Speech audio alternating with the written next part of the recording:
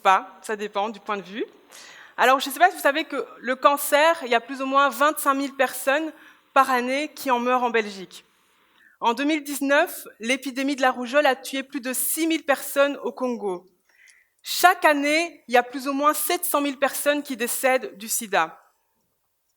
Et au niveau de la grippe, il y a des centaines et des milliers de personnes qui décèdent chaque année de la grippe. Et c'est vraiment plus pour vous faire relativiser en fait. Les informations essayent peut-être de créer un peu en nous la peur, de nous faire croire que c'est l'épidémie du siècle, que c'est le mot de l'année 2020, mais il y a des choses qui ont beaucoup plus d'impact négatif que le coronavirus. Et si jamais vous n'êtes pas au courant, j'aimerais vous dire que les maladies, c'est quelque chose qui ne date pas d'aujourd'hui. Les virus, c'est pas quelque chose qui date d'aujourd'hui. Déjà, au temps de Jésus, les maladies existaient déjà. Et pour ça, j'aimerais lire avec vous un texte qui se trouve dans le livre de Jean. Jean, chapitre 5, à partir du premier verset, qui nous dit « Après cela, il eut une fête des Juifs, et Jésus monta à Jérusalem. Or, à Jérusalem, près de la porte des brebis, il y a une piscine qui s'appelle en hébreu Bethesda, et qui a 5 portiques. Sous ces portiques étaient couchés en grand nombre des malades, des aveugles, des boiteux, des paralytiques, qui attendaient le mouvement de l'eau. Car un ange descendait de temps en temps dans la piscine et agitait l'eau. Et celui qui y descendait le premier, après que l'eau avait été agitée, était guéri, quelle que fût sa maladie. Là se trouvait un homme malade depuis 38 ans. Jésus, l'ayant vu coucher, et sachant qu'il était déjà malade depuis longtemps, lui dit « Veux-tu être guéri ?» Le malade lui répondit « Seigneur, je n'ai personne pour me jeter dans la piscine quand l'eau est agitée. Et pendant que j'y vais, un autre descend avant moi. Lève-toi, lui dit Jésus, prends ton lit et marche. Aussitôt cet homme fut guéri. Il prit son lit et marcha.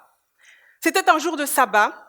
Les Juifs dirent donc à celui qui avait été guéri, « C'est le sabbat, il ne t'est pas permis d'emporter ton lit. » Il leur répondit, « Celui qui m'a guéri m'a dit, « Prends ton lit et marche. » Ils lui demandèrent, « Qui est l'homme qui t'a dit, « Prends ton lit et marche » ?» Mais celui qui avait été guéri ne savait pas qui c'était, car Jésus avait disparu de la foule qui était en ce lieu.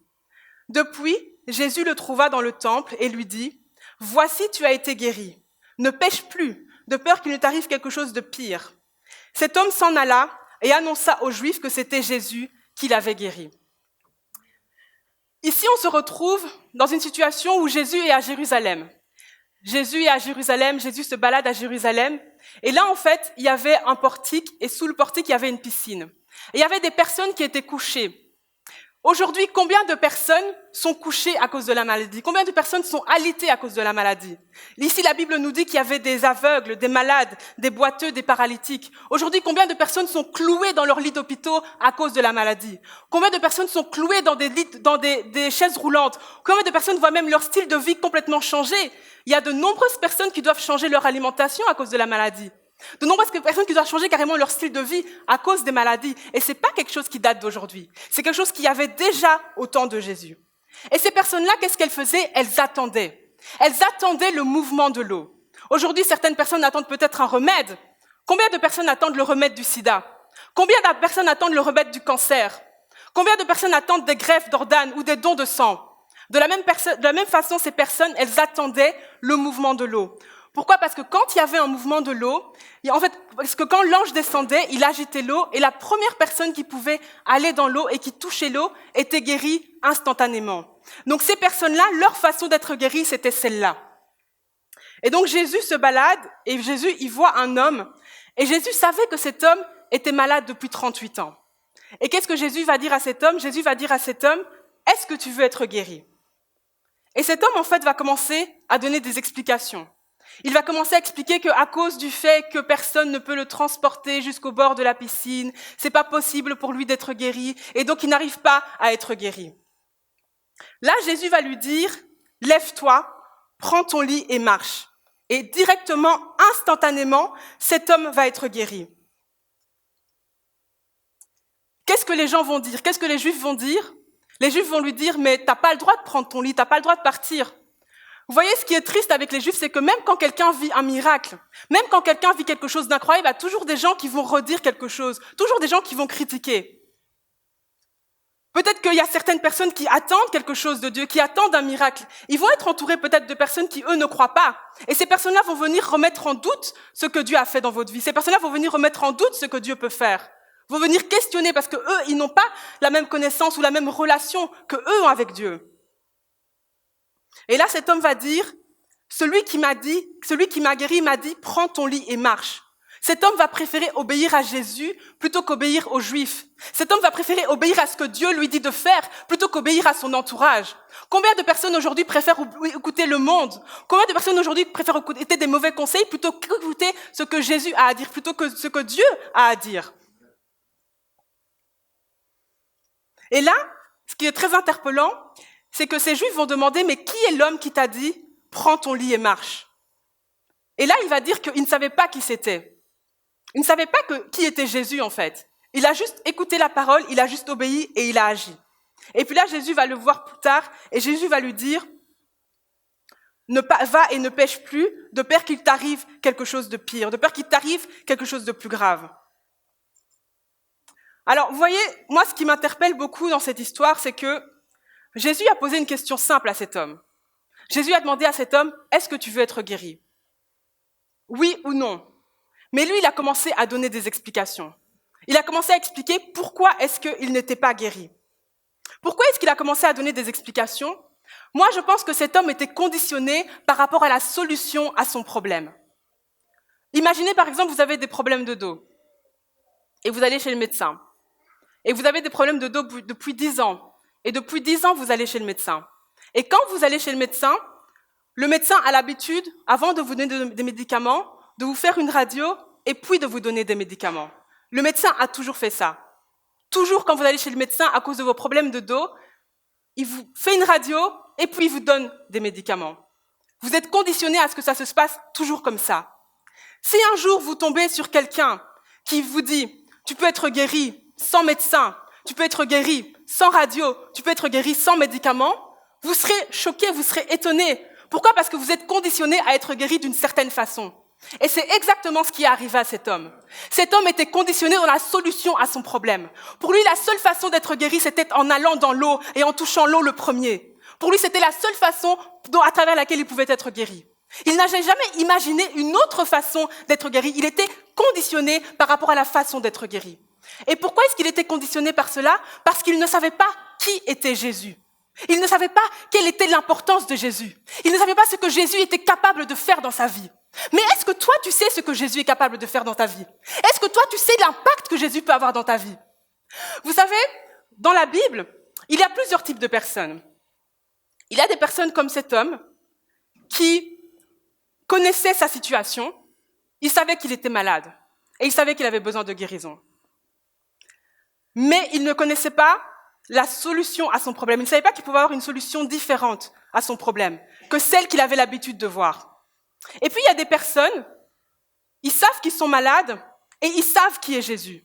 Et parce qu'ils savent qui est Jésus, ils ne limitent pas la façon dont leur vie peut être transformée. On peut citer une femme qu'on appelle la femme à la perte de sang. Elle avait un problème depuis de nombreuses années. Mais parce qu'elle savait qui était Jésus, parce qu'elle savait que Jésus pouvait changer sa vie, elle n'a pas hésité à aller toucher le pan de la robe de Jésus. Elle n'a pas hésité à faire quelque chose qui allait pouvoir transformer sa vie. Et puis, il y a une troisième catégorie de personnes. Il y a des personnes qui ne réalisent même pas la situation dans laquelle ils sont. Il y a des personnes qui ne réalisent même pas qu'ils ont besoin que quelqu'un les aide. Pour ça, j'aimerais vous citer ce qu'on dit dans le livre des Actes au chapitre 3. La Bible nous dit « Pierre et Jean montaient ensemble au temple à l'heure de la prière. C'était la 9e heure. Il y avait un homme boiteux de naissance, qu'on portait et qu'on plaçait tous les jours à la porte du temple, appelé la Belle, pour qu'il demandât l'aumône à ceux qui entraient dans le temple. Cet homme, voyant Pierre et Jean qui allaient y entrer, leur demanda l'aumône. Pierre, de même que Jean, fixa les yeux sur lui et dit « Regarde-nous ». Et il les regardait attentivement, s'attendant à recevoir d'eux quelque chose. Alors Pierre lui dit Je n'ai ni argent ni or, mais ce que j'ai, je te le donne. Au nom de Jésus-Christ de Nazareth, lève-toi et marche. » Et le prenant par la main droite, il le fit lever. Au même instant, ses pieds et ses chevilles devinrent fermes. D'un saut, il fut debout et il se mit à marcher. Il entra avec eux dans le temple, marchant, sautant et louant Dieu. Tout le monde le vit marchant et louant Dieu. Il reconnaissait que c'était celui qui était assis à la belle porte du temple pour demander l'aumône, et il fut rempli d'étonnement et de surprise au sujet de ce qui lui était arrivé. Ici, on a cet homme qui était boiteux de naissance. Toute sa vie, il avait été boiteux. Il n'avait connu que ça. Et la Bible nous dit que le matin, les gens le transportaient pour l'emmener au temple, pour qu'il mendie, et que j'imagine que le soir, les gens le reprenaient pour le ramener chez lui. Et c'est quelqu'un, en fait, il était tellement conditionné par sa situation qu'il n'imaginait même pas quelque chose d'autre. Il avait tellement l'habitude d'être boiteux, il avait tellement vécu ça tout le temps, qu'il ne s'imaginait pas qu'il pouvait vivre quelque chose d'autre. Ce qui fait que même quand il demande de l'aide, finalement, il ne fait que mendier. Vous savez, il y a certains quartiers, notamment dans des banlieues, par exemple à Bruxelles ou à Paris, qui sont des quartiers, on peut dire, qui ne sont pas très bien fréquentés, où il y a de la drogue, où il y a des gangs, où il y a des gens qui sont alcooliques et ce genre de choses. Alors imaginez-vous une jeune fille qui vit dans une maison, qui naît dans une famille où toute sa famille a fait de la prison. Tous les membres de sa famille ont fait de la prison, tous les membres de sa famille ont touché à la drogue, tous les membres de sa famille ont touché à l'alcool, et elle va grandir dans cet environnement-là. Elle va grandir dans un environnement où elle voit les gens autour d'elle être des prisonniers, elle voit les gens autour d'elle dealer de la drogue, elle voit les gens autour d'elle être des alcooliques. Et ça, c'est des réalités que certaines personnes vivent. C'est possible que cette fille-là ait la conviction que le style de vie qui l'attend, c'est de finir en prison, c'est d'être droguée, c'est d'être alcoolique. Pourquoi ? Parce qu'elle est conditionnée par son environnement, parce que ce qu'elle a toujours vécu, et elle ne s'imagine pas un autre échappatoire, elle ne s'imagine pas un autre style de vie. De la même façon, cet homme qu'on voit, qui était boiteux, c'est ça qu'il s'imaginait comme style de vie. Il ne s'imaginait pas autre chose que le fait d'être boiteux. Il ne s'imaginait pas autre chose que le fait de devoir mendier. Parce qu'il n'était pas conscient de sa propre situation. Il n'était pas conscient de qui il était réellement, de la valeur qu'il avait. Et ça, c'est le problème qu'on retrouve dans énormément de personnes dans notre société. Énormément de personnes ne connaissent pas leur valeur. Énormément de personnes ne savent pas ce qu'ils peuvent faire de leur vie. Énormément de personnes ne savent pas le potentiel qui est en eux. Et à cause de cette ignorance, ils se trouvent à faire des choses, à suivre des choses et à vivre des choses qui sont bien plus bas que les choses qu'ils méritent. Là, je vous ai montré les statistiques concernant les maladies. Mais vous savez qu'en Belgique, en 2016, il y a eu 2000 suicides, ce qui équivaut à 6 suicides par jour. En 2017, aux États-Unis, il y a eu 70 000 personnes qui sont décédées d'overdose, ce qui équivaut à 9 personnes par jour. Le taux d'alcoolisme est si important que 7% des morts prématurées sont dues à ça. 7% des personnes qui décèdent trop tôt, c'est dû au fait qu'ils sont alcooliques. En France, il y a une centaine de milliers de femmes, qui sont violées chaque année. Vous voyez, le problème, c'est que les gens ne connaissent pas leur valeur. Les gens ne savent pas qui ils sont. Les gens ne savent pas ce à quoi ils ont droit. Et à cause de ça, ils subissent des choses. Ils se retrouvent à faire des choses qui sont tellement basses par rapport à ce qu'ils sont capables de vivre. Alors ici, aujourd'hui, on nous fait croire que le coronavirus, c'est le problème de l'année, que c'est le problème du siècle, qu'on va tous mourir à cause du coronavirus. Le problème, c'est pas le coronavirus. Le problème, c'est pas le sida. Le problème, c'est pas le cancer. Le problème, c'est pas les accidents de la route. Le réel problème, c'est le péché. Le réel problème, c'est que quand Dieu a créé la terre n'était pas comme elle est aujourd'hui. Quand Dieu a créé la terre était bien. Et Dieu a créé la terre et il a donné la terre à l'homme. Il a dit à l'homme, prends soin de la terre, c'est ta responsabilité, c'est toi qui es maître de la terre. Malheureusement, cet homme-là, en obéissant à Satan plutôt qu'à Dieu, il a donné la terre à Satan. Ce qui fait que c'est Satan qui est le Dieu de ce siècle. Et le péché est entré dans le monde et le péché est entré avec toutes ses conséquences, qui sont ce que je vous ai cité, les maladies, les accidents de la route, l'alcoolisme, les drogues et toutes ces choses-là, il y a aussi le mal-être, il y a aussi le suicide, il y a aussi la pauvreté, il y a aussi le chômage. Toutes ces choses-là, ce sont les conséquences du péché. Pour vous illustrer ça, j'aimerais juste vous montrer une image. Imaginons que quand quelqu'un est en bonne santé, voilà ce que ça donne. C'est ça, le corps qu'on a, on va dire que quelqu'un qui est en mauvaise santé. Je ne suis pas médecin, donc je ne vais pas trop rentrer dans les détails, mais imaginons si ce corps-là rentre en contact avec un virus. Est-ce qu'on peut mettre l'image 4, s'il vous plaît? Voilà, un virus, ça va donner ça. Ça va donner un corps qui est infecté de maladies. Les conséquences, ça va être quoi? Les conséquences, c'est les conséquences qu'on peut voir. Tous les problèmes de santé qu'on voit. C'est ça ce qui va se passer, un corps qui rentre en contact avec un virus et le corps qui est infecté. Et ça, c'est ce qui s'est passé avec la terre. La terre était très bien, mais la terre, en rentrant en contact avec le péché, est devenue ce qu'elle est aujourd'hui. Vous savez que des fois, je reçois des mails de personnes qui sont prises dans le péché et qui souffrent de ça, qui sont prises dans des addictions et qui souffrent de ça. Parce qu'il y a réellement des personnes qui ne supportent pas, en fait, d'être liées par des chaînes. Et c'est quelque chose que Dieu n'a jamais voulu.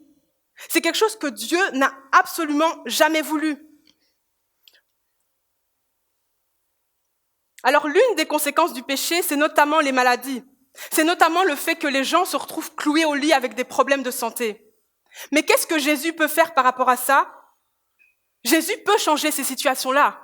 Peu importe depuis combien de temps tu es malade, peu importe depuis combien de temps tu souffres, peu importe depuis combien de temps tu as un blocage, c'est quelque chose que Jésus peut changer. Pourquoi? Parce que quand Jésus-Christ est mort à la croix, Jésus-Christ est mort pour le péché de l'humanité. Quand Jésus-Christ est mort à la croix, il est mort pour tous les problèmes de l'humanité. Et il est mort pourquoi? Il est mort que quand quelqu'un va croire en Jésus, quand quelqu'un va décider de mettre sa vie entre les mains de Dieu, cette personne va voir sa vie être changée. Parce que la volonté de Dieu n'a jamais été que les hommes souffrent. La volonté de Dieu n'a jamais été que les gens soient malades. La volonté de Dieu n'a jamais été que les gens aient des addictions. La volonté de Dieu n'a jamais été que les gens fassent des tentatives de suicide. La volonté de Dieu n'a jamais été que les gens aient des blocages dans leur vie.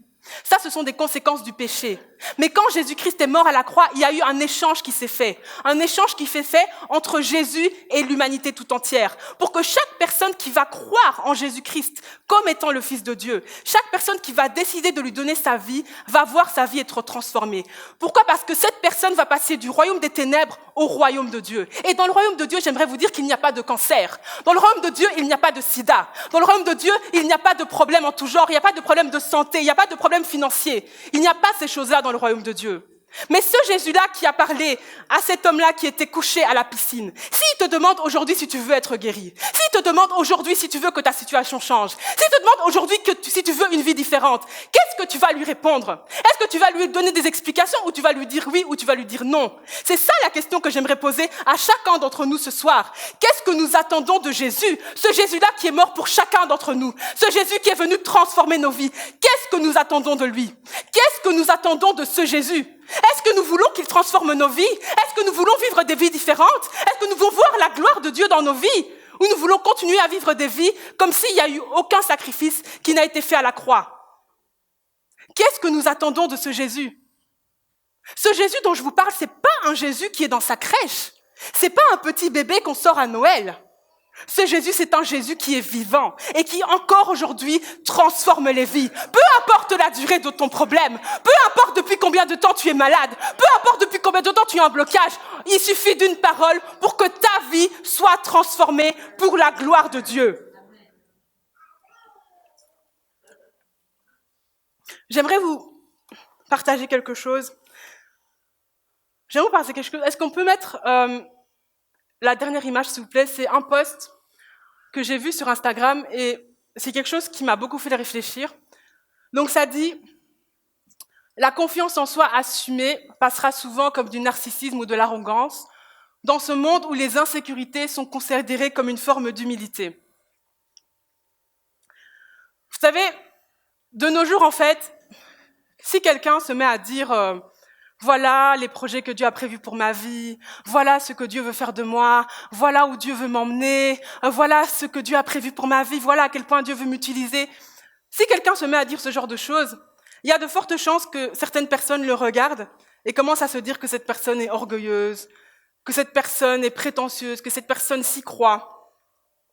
Pourquoi? Parce que les gens, en fait, à cause de tout ce qu'ils ont pu vivre dans leur passé, que ce soit une situation familiale difficile, des parents compliqués, peut-être un père trop dur, peut-être une mère trop dure, que ce soit l'abandon, le rejet, tout ce genre de choses, à cause de tout ça, en fait, les gens sont remplis d'insécurité.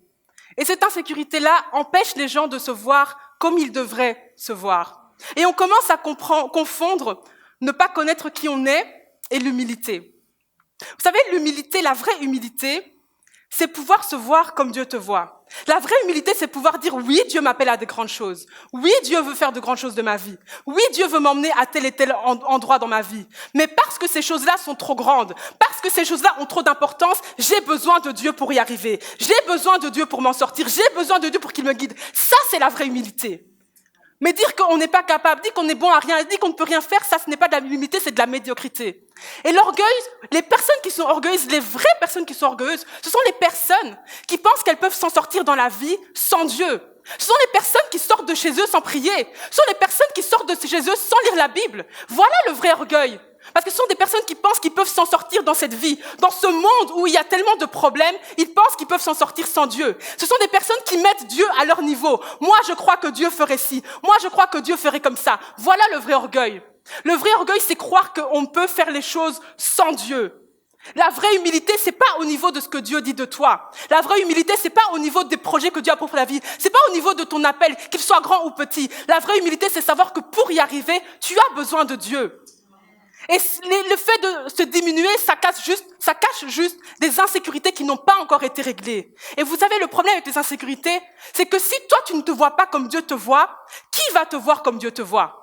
Si toi, tu n'es pas capable de voir les projets que Dieu a prévus pour ta vie, qui va pouvoir voir ça? Et c'est important de pouvoir être guéri de ces problèmes-là. Parce que oui, peut-être que ça a été difficile. Oui, tu as peut-être vécu des choses. Oui, peut-être que tu as vécu telle ou telle chose qui ont bloqué ta vie. Mais il y a un moment où il faut savoir dire, je ne veux plus que ces choses-là aient un impact sur mon avenir. Parce que je veux rentrer dans ma destinée. Je veux rentrer dans les projets que Dieu a prévus pour ma vie. Je ne veux plus être dans la peur. Je ne veux plus être dans la crainte. Je veux rentrer dans mon plein potentiel. Je veux rétablir le capital confiance. Le capital confiance, c'est la confiance avec laquelle chaque être humain naît. Chaque être humain naît avec une certaine dose de confiance. Chaque être humain naît avec une certaine dose de confiance. À cause de ce qui peut se passer dans la vie, à cause des situations familiales, des relations amoureuses, de tout ce qui peut servir au travail, etc., on peut perdre cette confiance-là et avoir une mauvaise image de soi et être rempli d'insécurité. Mais la Bible dit que Jésus est venu guérir les cœurs brisés. Jésus est venu guérir les cœurs brisés, peu importe à quel point tu as souffert, peu importe à quel point on t'a fait du mal, peu importe ton cœur se serre, parce que toutes les choses qu'on a pu te dire, Jésus est venu guérir les cœurs brisés. Jésus est venu restaurer les cœurs pour que les vies soient transformées, pour que tu puisses te voir comme Dieu te voit. Pour que tu puisses te voir comme Dieu te voit. Est-ce qu'il y a des personnes ici qui veulent se voir comme Dieu le voit? Est-ce qu'il y a des personnes ici qui veulent pouvoir voir le plan que Dieu a prévu pour leur vie? Est-ce qu'il y a des personnes ici qui en ont marre de se voir avec une diminution, mais qui veulent se voir grands comme Dieu les voit? Pas pour être orgueilleux, pas pour être prétentieux, mais pour pouvoir dire, avec ce que Dieu a prévu pour ma vie, je vais encore passer davantage de temps dans sa présence, davantage de temps dans sa parole, pour pouvoir me voir avec la grandeur à laquelle il me voit. Peu importe ce que mon mari me fait, peu importe ce que mon ex-mari me fait, peu importe ce que mes parents m'ont dit, ce qui compte, c'est ce que Dieu dit de moi. Est-ce qu'il y a des personnes qui veulent se voir comme Dieu les voit? Est-ce qu'il y a des personnes qui veulent voir leur vie transformée pour pouvoir se voir à l'image que Dieu a d'elle-même? Trop de gens sont remplis d'insécurité. Trop de gens sont mal dans leur peau. Trop de gens se diminuent sans cesse. Mais j'aimerais te dire que ce que tu as vécu n'a aucun impact sur ton avenir. Ça ne conditionne pas qui tu es et ça ne conditionne pas qui tu seras demain. Et ça, c'est pas grâce à moi, c'est pas grâce à une église, c'est grâce à Jésus-Christ. Parce que quand Jésus-Christ est mort, il est mort pour les souffrances, il est aussi mort pour les souffrances intérieures, il est aussi mort pour le mal-être. S'il y a une personne dont tu as besoin dans cette vie, son nom est Jésus. Jésus, c'est le nom dont nous avons besoin. C'est lui qui peut transformer nos vies, c'est lui qui peut changer qui nous sommes et nous donner la vie que nous méritons. Il est temps de comprendre qu'il y a une vie différente qu'on peut vivre. Une vie loin des cauchemars. Une vie loin des maladies. Et quand tu connais vraiment, parce que vous savez, qu'est-ce qui se passe quand on rencontre vraiment Dieu? Quand on rencontre vraiment Jésus, Quand on a une réelle rencontre avec Jésus-Christ, Jésus-Christ te montre, voilà ce que j'ai prévu pour ta vie. Voilà qui tu es réellement. Voilà ce que tu es censé faire. Voilà la valeur que tu as. Et quand tu comprends la valeur que tu as aux yeux de Dieu, tu te rends compte, mais ça c'est trop bas pour moi. Ça c'est trop bas pour moi. Ces addictions c'est trop bas pour moi. Ces choses-là sont trop basses pour moi. Ces maladies sont trop basses pour moi. Voilà ce que crée la nouvelle naissance. Ça te met face à qui tu es réellement au commencement. Parce que notre vie ne commence pas ici sur terre. La Bible dit que nous sommes des esprits. Avant d'être dans la famille dans laquelle nous sommes des esprits envoyés sur terre pour accomplir une destinée bien précise, pour accomplir une mission bien précise. Mais pour ça, il faut avoir une rencontre avec Jésus. C'est le point de départ, une rencontre avec Jésus, où Jésus nous communique la vie éternelle, où Jésus nous montre qui nous sommes réellement, où Jésus transforme notre vie.